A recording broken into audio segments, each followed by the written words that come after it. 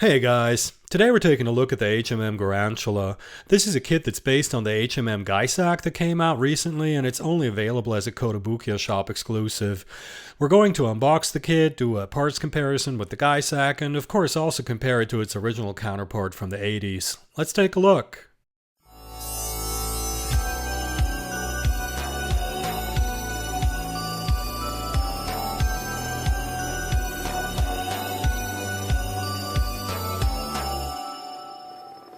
Robo Shop.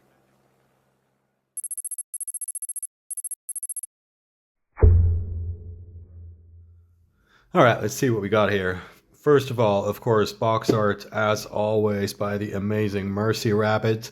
I did think it was a little funny looking at this because obviously, like, Mercy Rabbit is trying to make the Gurantula look as much like a spider as possible, even though it doesn't really look like a spider because it's missing half its torso.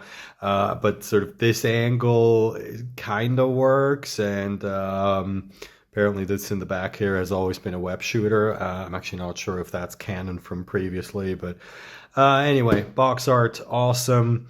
It doesn't say a whole lot here that you wouldn't expect. It does say that this is a limited kit.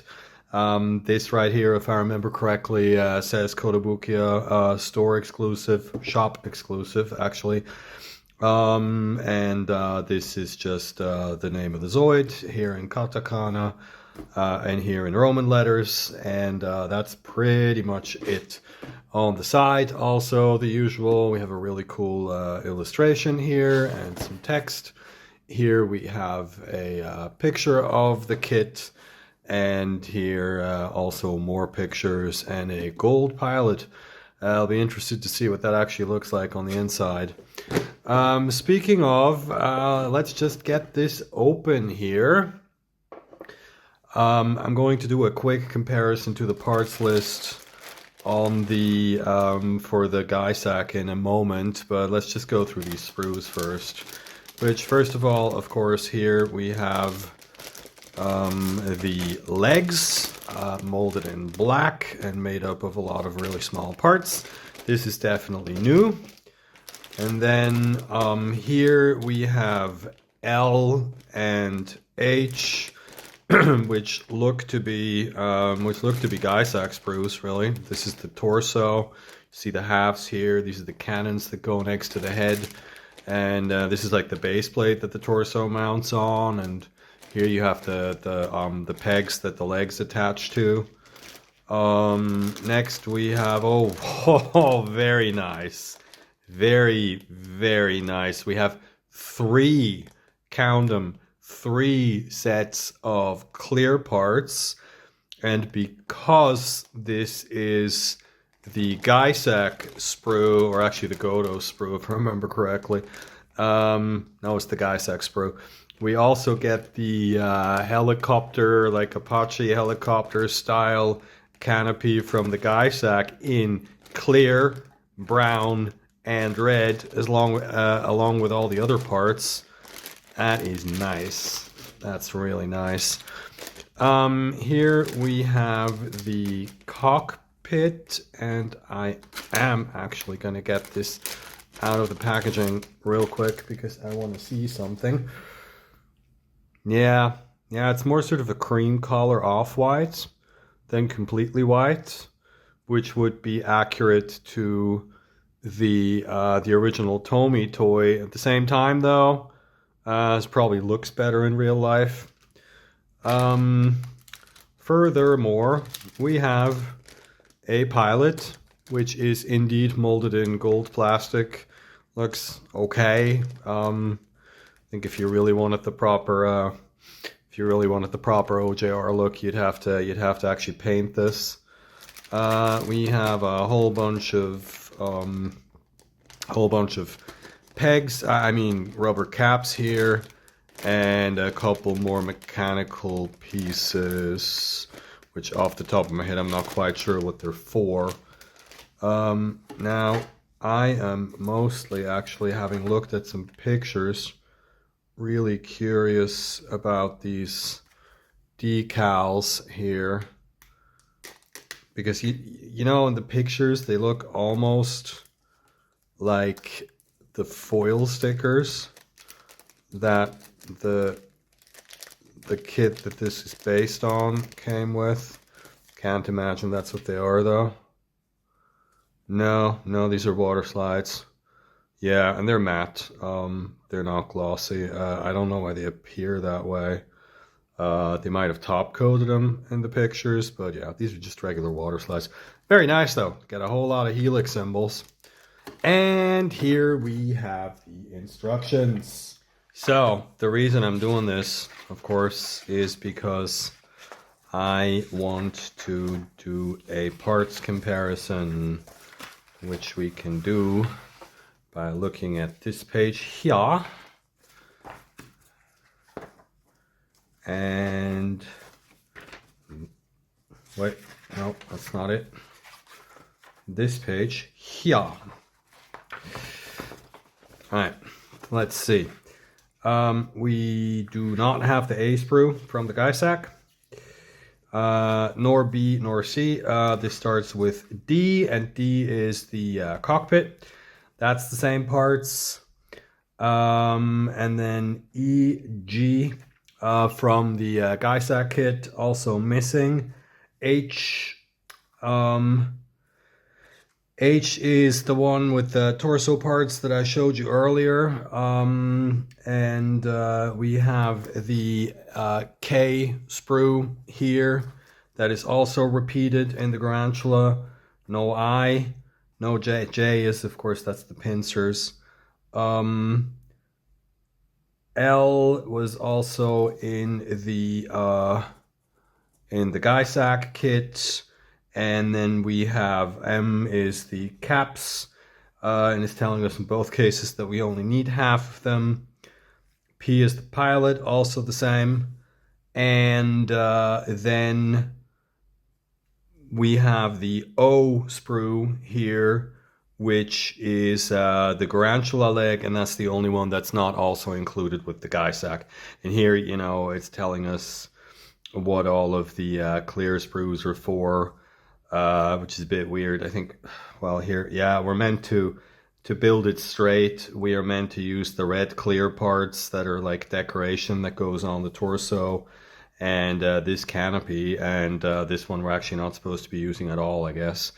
So essentially, to make a long story short, what the Gurantula is it's the cockpit, the whatever this is, the torso parts of a Guysack with a different set of legs, and that's it. You're basically getting a Guysack kit with a few sprues missing and one added for the legs, and this really cool decal sheet here, of course.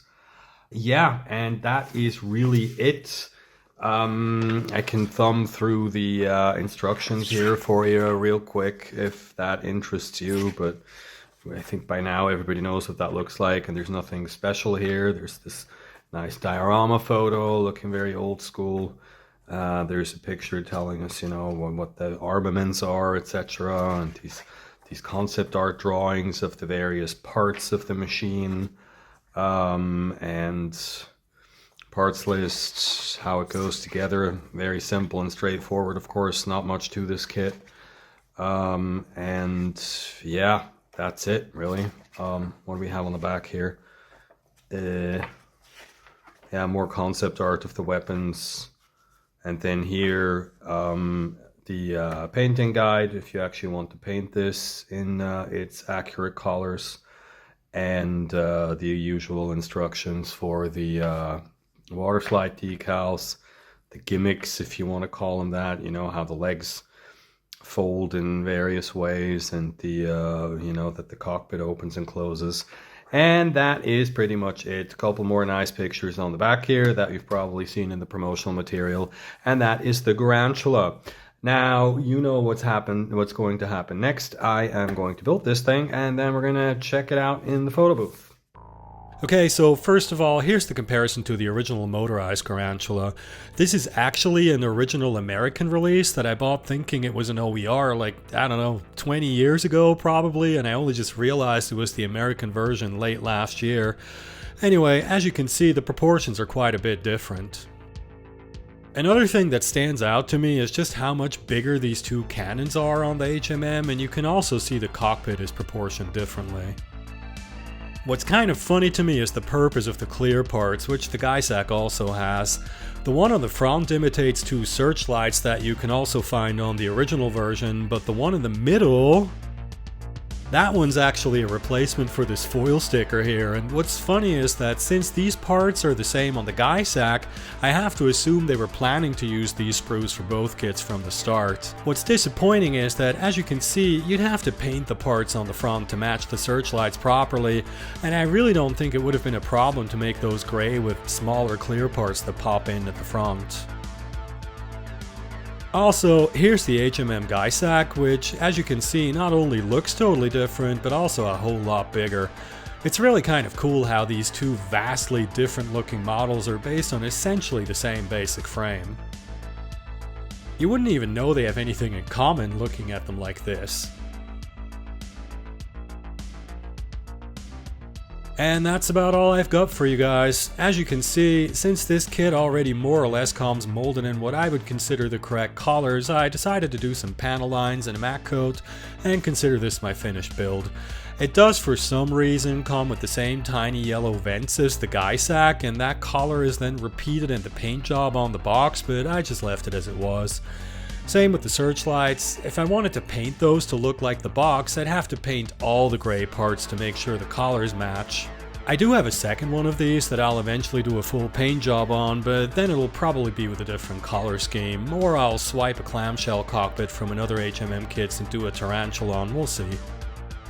Oh, and I also painted the pilot in metallic gold, but it doesn't really show because the cockpit is a bit darker than on the original.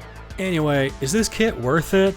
I'm gonna say if you can get it at its standard retail price of 4,500 yen, sure.